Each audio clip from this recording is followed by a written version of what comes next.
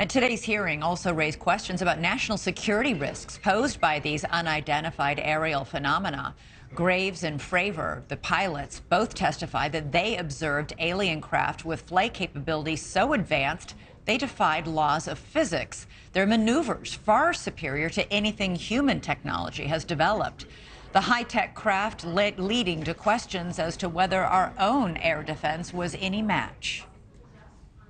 Mr. Graves and Fravor, in the event that your encounters had become hostile, would you have had the capability to defend yourself, your crew, your aircraft?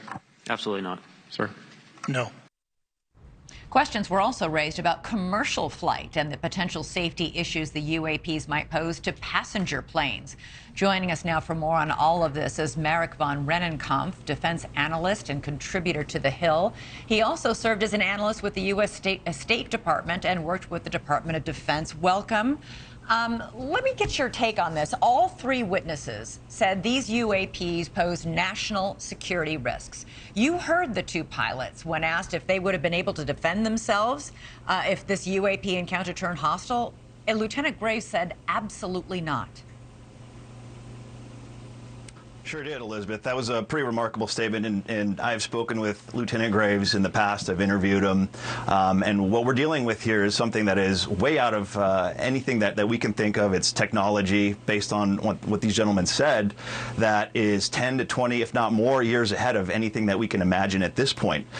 So you're absolutely right. This is a major national security issue, but it's also a safety of flight issue, and that's something that Lieutenant Graves is taking very, very seriously. It's been 9 years since two aircraft in his squadron had a near mid-air collision with one of these objects, and the aviators are exasperated. He's told me that. Aviators are operating off the U.S. East Coast in training areas, training for combat deployments or other deployments, and they are still seeing these, and there's still very much a safety of flight issue. Has also said that the UAPs appeared to be probing our defense capabilities, testing our vulnerabilities. What did you make of that? I think it's something that needs to be taken extremely seriously, Elizabeth. There's a long, fairly well-documented history of unidentified objects hovering or scanning nuclear facilities. There's an incident in 1967 at Malmstrom Air Force Base where a lot of intercontinental ballistic missiles are located, but there are several other instances in the 70s that have not gotten as much attention, but that have been well documented. The Washington Post, you can go home and Google it. So there's a long history of this.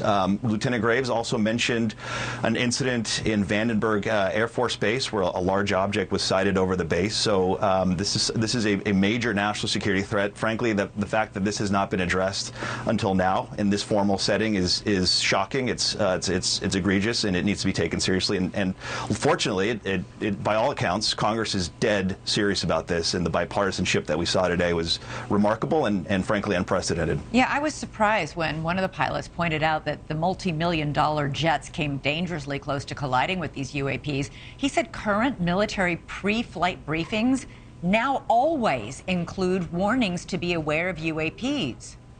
That's how common they are. Pretty stunning.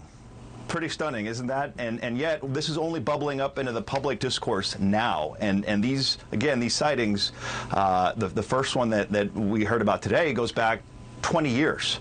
And the sightings off the East Coast, the daily occurrences with Lieutenant Graves' squadron and other aviators go back almost a decade, and we're just hearing about it now. Thanks so much for watching. Go to joinnn.com to find NewsNation on your television provider. And don't forget to click the red subscribe button below to get more of NewsNation's fact-driven, unbiased coverage.